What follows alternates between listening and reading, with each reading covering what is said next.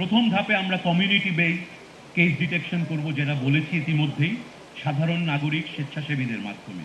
দ্বিতীয় কাজটি হবে তাদেরকে রেজিস্ট্রেশন করে সিস্টেমেটিকভাবে তাদেরকে ক্লিনিক্যাল অ্যাসেসমেন্ট এবং ওভারঅল অ্যাসেসমেন্টের মাধ্যমে প্রত্যেক বাচ্চার জন্য একটা ইন্ডিভিজুয়াল কেয়ার প্ল্যান আমরা তৈরি করব।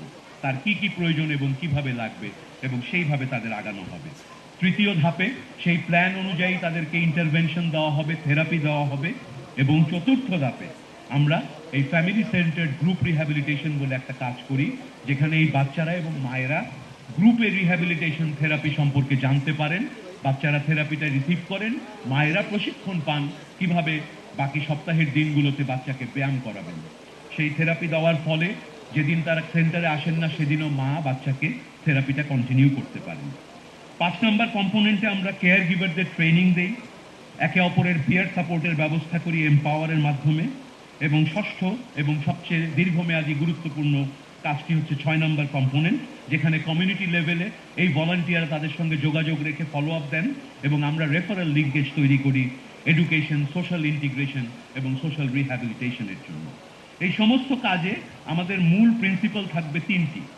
একটি হচ্ছে আমরা একটা জাতীয়ভাবে এই প্রতিবন্ধী শিশুদের একটা রেজিস্টার গড়ে তুলব, যাতে তারা বিভিন্ন ধরনের সরকারি সেবায় সেই রেজিস্টারের মাধ্যমে আমরা তাদেরকে দেখে রাখতে পারি, তারা আমাদের মধ্যে যোগাযোগ থাকে।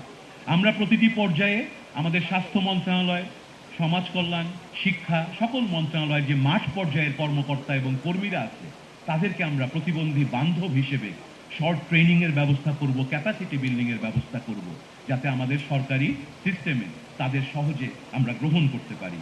এবং শেষ কাজটি আমরা করব, এই প্রতিটি বাচ্চার জন্য অ্যাসিস্টিভ ডিভাইস যাদের প্রয়োজন হবে, কারো হুইল চেয়ার লাগবে, কারো আর্টিফিশিয়াল লিম্ব লাগবে, আমরা সেই জিনিসগুলো দেশে প্রতিষ্ঠা করে দেশজ উপাদান দিয়ে দেশি কারখানায় তৈরি করে লক্ষ লক্ষ এই শিশুদের হাতে পৌঁছে দিতে পারবো এই শিশু স্বর্গের মাধ্যমে ইনশাআল্লাহ।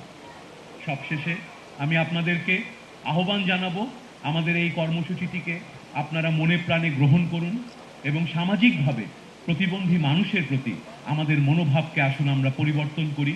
আমরা তাদের অক্ষমতা নয়, প্রতিবন্ধিতা নয়, তাদের সক্ষমতার দিকে তাকাই। এই বলে আমি আমার বক্তব্য শেষ করছি। আজ এখানে অত্যন্ত গুরুত্বপূর্ণ কয়েকজন বক্তা আমাদের সঙ্গে প্যানেলিস্ট হিসেবে আছেন।